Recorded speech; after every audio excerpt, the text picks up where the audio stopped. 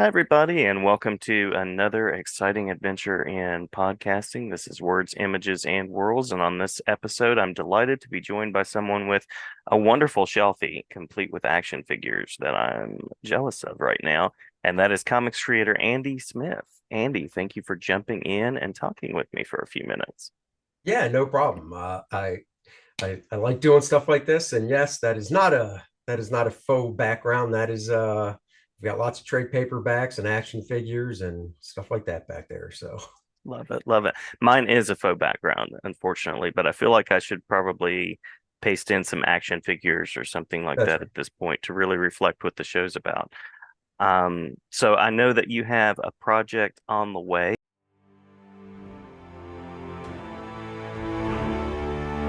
I just launched yesterday the sign up page. So Uh-huh. for those that don't know, on Indiegogo, where I do most of my crowdfunding, before campaign launches, creators will usually do a sign up page that tells about it a little bit, and then you basically put your email in so you get updates and you'll know first when it actually goes live.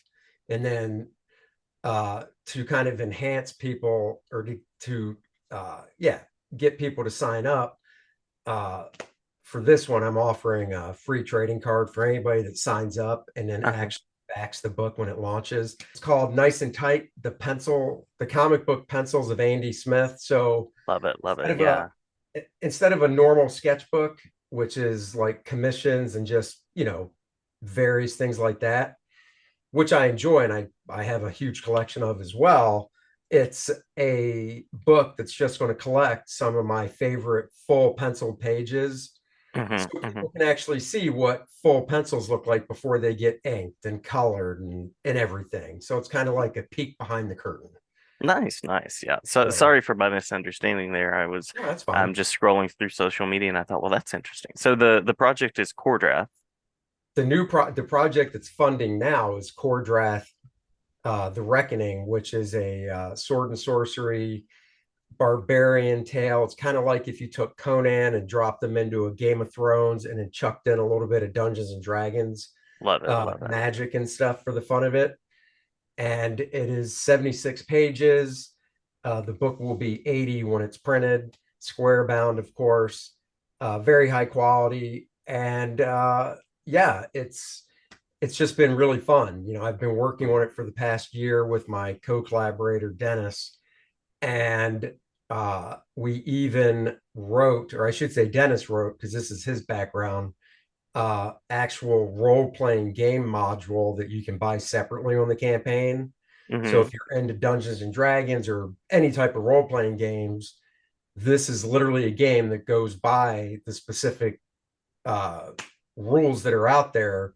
So you can actually play it with characters you've created from other games, or you can play it with the core draft characters, because every backer is also going to get four 7 by 10 character cards, which it's funny, I just got them in the mail from the printer. So basically, we printed up these character cards of the main characters, Those are but we cool. also, Very cool. everybody gets a map as well. But we printed up these character cards of the main characters, and then on the back of every card is their playable stats. So each Nice. one of these characters can be actually played with either core draft, or they're easily convertible to other systems like Dungeons and Dragons, Pathfinder, stuff like that. And every backer gets this with the book. So Nice, nice. yeah. I just love a book with a map. I think it's the Tolkien lover in me. Well, there Um, you go. Well, I hope to see your name as one of the backers then. yes, yeah, That's not absolutely. pressure. Yeah. Hey, On positive camera, I pressure. just said that. Yes, that's fine. That's fine. Positive pressure anytime. It works. That's right. So it sounds like you have a nice mixture of fandom and influences. So I usually like to ask that origin question of what kind of drew you to the world of comics in the first place. And then we can talk about a couple of titles on the way and then circle back to core draft. Sure. Um, you know, so like everybody that creates comics, whether it's writing or drawing, they have that passion for doing one of the two early in life.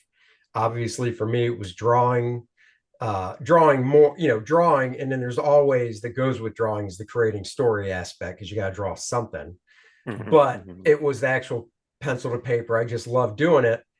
And uh, I always like to say that every kid, toddler, 2 years old, once they can hold a crayon or pencil, likes to doodle. But the difference is with people like me, we don't grow out of it. Like my Right, daughter, right. who's 20 now, when she was 2, she liked to doodle. When she was 3, she liked to doodle. But eventually she grew out of it. For us, you don't ever. It's just in you. And every artist I've talked to, if we go a period of time without drawing something, you almost get the shakes. Like I need my fix. I got to draw something. So when I started as a kid, I drew cars because I collected Hot Wheels, Matchbox. Still have all those cars from back then. My dad saved them. And it was around 1982 or 83. I saw an episode of Spider-Man and His Amazing Friends. And I was just like, what is this? And Uh-huh. and Uh-huh. I've seen, now at this point I'm 12. So it's not like I haven't seen cartoons. I've seen, of course I grew up with Saturday morning cartoons, Tom and Jerry, Bugs Bunny. And I at this point I saw Super Friends and Space Ghost. So I've seen cartoons and I've seen superhero stuff, but something about Spider-Man and His Amazing Friends just kind of flipped the switch. And I was like, I want to draw that stuff. Hmm. Hmm. And so I kind of started trying to draw that instead of cars and stuff. And then I got the school bus and we always passed the convenience store. And I went in and right there in the front, they had all the magazines, and towards the side, they had comics. And this Captain America cover just caught my eye, the image. And I picked it up, I looked at it, and I was just like, this is awesome. So I bought it, and that started my comic book collecting and further pushed me to I want to draw comic books, Hmm. Hmm. not specifically comics, not animation and cartoons, but something in print that you can read and it tells the story. And so, I just kept drawing and kept trying to get better, looking at how to draw books. Obviously, I always took art classes in school. And that's it. I mean, that's what lit the fire that made me want to draw comics. Love it. Love it. I was looking back at some of your work for DC just yesterday, and you also have Marvel. Marvel is the sponsor of your chair, I think, back there, which is very Yeah. cool. Very I cool. wish it was a sponsor because I wouldn't have had to buy it. Oh, well, this is true. Yeah. If you're gonna, Sponsors send you stuff. I paid for this sucker because it's a nice gaming, comfy chair. oh, nice, nice. Yeah. I feel like comics creators should have like the NASCAR jackets that have the different patches of like characters and publishers they've worked with, or It's like the SNL five timers jacket or something like that. Yeah, it's funny. You're not the first person to say something like that, except if you've been to, any comic convention in the past 4 or 5 years, everybody has a banner behind them now. True, true. Uh-huh. 15, 20 years ago, nobody did. But a friend of mine just got his new banner, and the biggest thing on it at the top, because the banners are nice, you get 6 feet tall space, 7 feet tall, but the bottom 2 feet's worthless because it's behind your table, you can't see it. So anyhow, he's got his name, and then below his name, instead of like this awesome piece of art and that's it, he actually did take company logos from all the companies he's worked for. And there's a lot because it's not just comics. He's done stuff with movies and stuff as well. And he Mhm. popped all the logos, and then right below that is a nice piece of art. Nice. And he said he's gotten such great response from it because people will look at it and be like, I didn't know you did stuff for pick a company. Hmm. Hmm. So I was just like, man, that's cool. You That is know, cool. Yeah. I jokingly said it's funny because he described it to me before I saw it. And when I saw it, I was like, whew. And he's like, what do you mean? And I said, well, I have an idea for a new banner. It's not that, but it's something along those lines. But instead of the logos, it would be the artwork for the different companies, like Hmm. a montage on the banner. So the same vibe, I guess you'd have to have a little more knowledge because visually, if you're not totally into stuff, you might look at it and go, what's that? Whereas if it was the logo, you go, oh, But Right, right. Yeah, you know, that's that's what I plan on putting together for a new banner for next con season. that is pretty cool. Oh, well, it speaks to like the extensive work that you do and just the impressive range that a lot of folks dig into that are creating in the comics medium. And it's always interesting how that ties over to film, animation, gaming, all of these different kind of venues. Sure. Um, yeah. So I'm curious about, I think I'd said something in the original question, like from DC to Dean Koontz, because I liked the alliteration of that. English teacher over here, I guess. Um, what's been kind of the most ideal world or one of the best experiences of crafting in a world, either your own or one of those shared universes? I mean, honestly, if anything's the best experience, it's the past four years or so now, 3 or 4 years, because I am doing my own stuff. Like, I showed you in Core Draft. Hmm, hmm. I created Astonishing Comics. That's the name of the brand.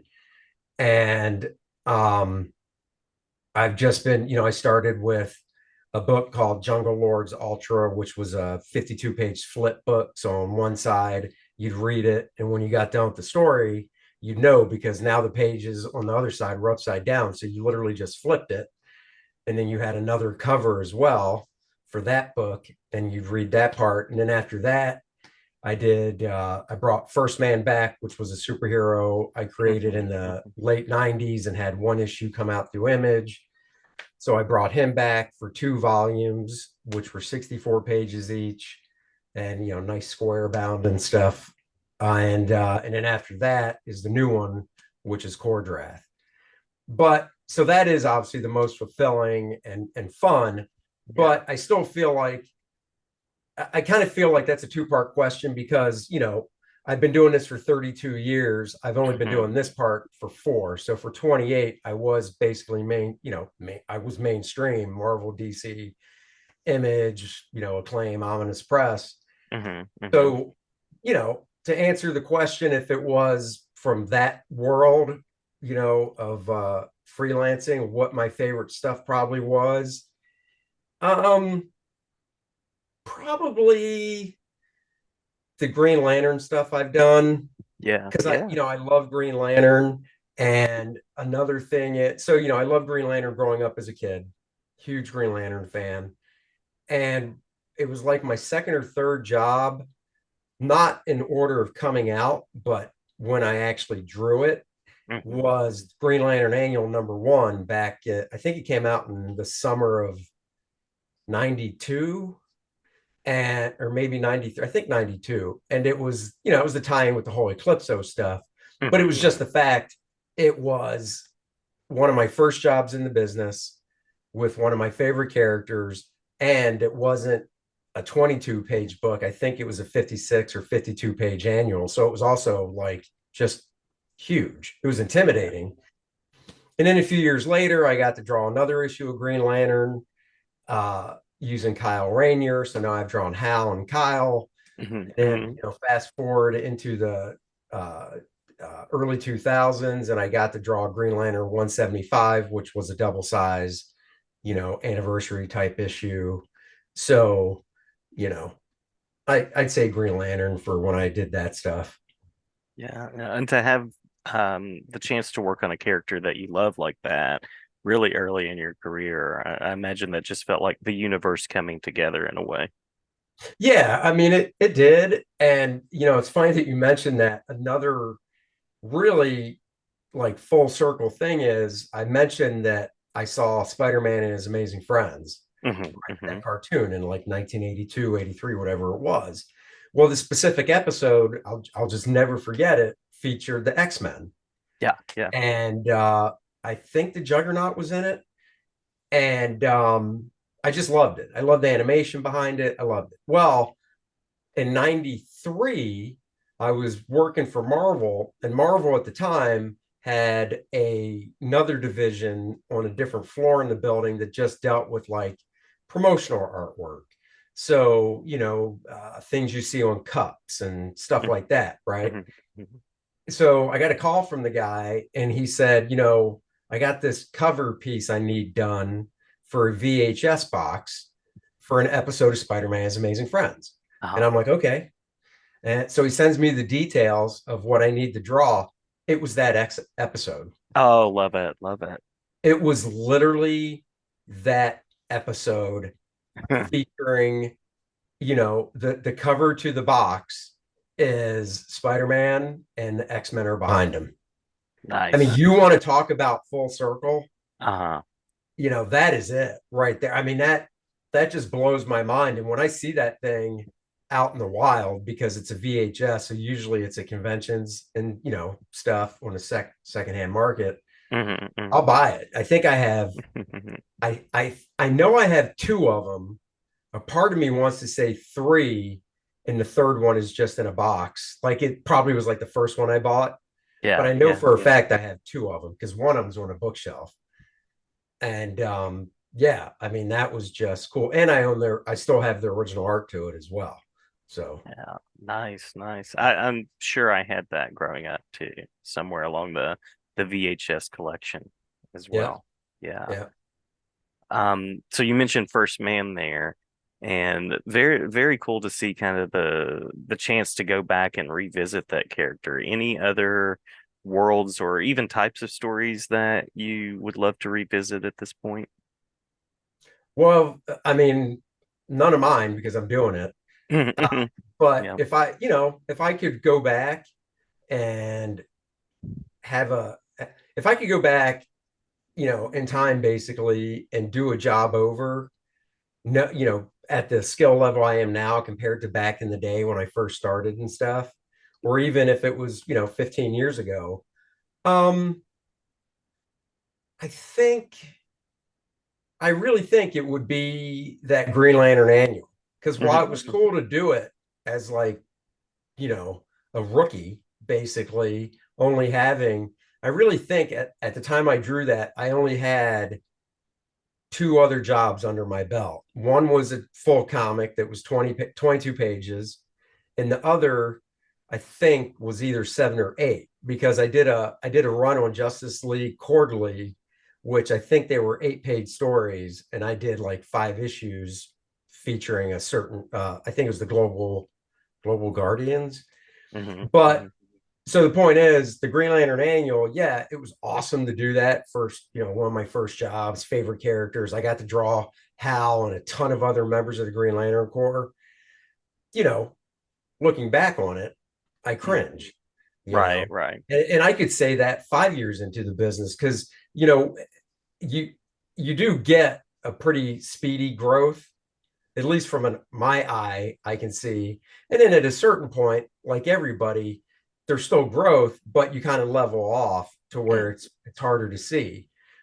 And like I said, 3 years after I drew that, I was like, oh, I wish I could do this, redo Mhm. this. Mhm. So I mean, if I could redraw that, knowing that what I know now, Yeah, yeah. that even I mean, it would be a bear because it's 52 pages, but it'd be cool to see the before and after. So Yeah, yeah. The benefit of hindsight, and there's a Rod Stewart song that comes to mind. Yeah, yeah. absolutely. So circling back to Cordreth, as promised, where is it that readers can go and listeners can go to check out more about that project, to support and pledge, as well as any other creative directions that you'd like to mention?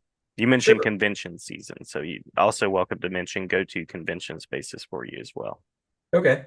I mean, Core Draft is at Indiegogo. The best way to find it is a link that you said you'd be kind enough to post, or Absolutely. you can go to that link, which takes you right to the page. You can go to coredraft.com, which is KOR dash and then DRATH.com. And there's actually more to see on coredraft.com because Indiegogo, I mean, you can literally put as much as you want, but then it's so much scrolling. Whereas the website, you've got the little tabs at the top. So, the website has actually the first 11 pages up so you can read it. whereas the Indiegogo has the first 8. Um, and there's other things because there's a game module. So if you're into role playing games and stuff, so um, there's also andysmithart.com. So real easy, my name, tack on art, boom. That is more of an extensive portfolio of comic book work, advertising work I've done because I've done a lot of stuff over the years, not in comics, but looks like comics because that's why they hired me. Uh, Mm-hmm. there's personal commissions on there in regards to somebody might be like, hey, for Christmas, I want to, my husband loves superheroes. I'd like you to draw him as a superhero, Right, you know. right. So there's a whole page on there of custom, I think it's called custom work. So it's real people, either as existing characters or sometimes somebody will just give me a description like he likes to go fishing and he likes to do this. If you can incorporate that and make a superhero, you know. So I do that stuff for people. Um, so yeah, Andy Smith art that and Core Draft and Indiegogo. Convention wise, the last one I have this year is South Carolina Comic Con Junior, Mm-hmm. which they call it that because it's a 1 day show in Greenville, South Carolina. It's October 29th. And then pretty much it's, I think the next show after that is Heroes Con. I live in Charlotte, so they do a Oh, thing okay. in January called Mini Con, Mm-hmm. a 1 day show in January. Actually, it's the first week of February. So that, and then the regular shows I always do throughout the year are South Carolina Comic Con, the main one, which is in April. That's 2 days. And then there's Heroes Con, which is the big one in June, which is 3 days. Um, I did Garden State in New Jersey in June last year, and I plan to go back this year, and that's after Heroes in June. Um, I'm probably forgetting a few, but those are like the go-tos that I'm always at. So, I mean, there's 1 day smaller ones I go to, but those are pop-ups that I'll get like an invite a few months before. So Nice, nice, yeah. they're not that planned. Yeah. So, Um, Very cool. So you keep busy, it sounds like, with travel mhm. and all the things. That banner will come in handy. Yeah. Yeah. I mean, I have a banner now, but I kind of like it's just the banner of my name and then one of my characters from First Man. Hmm, hmm. And as much as I love it, I think it's great because I chose the female character for eye attraction.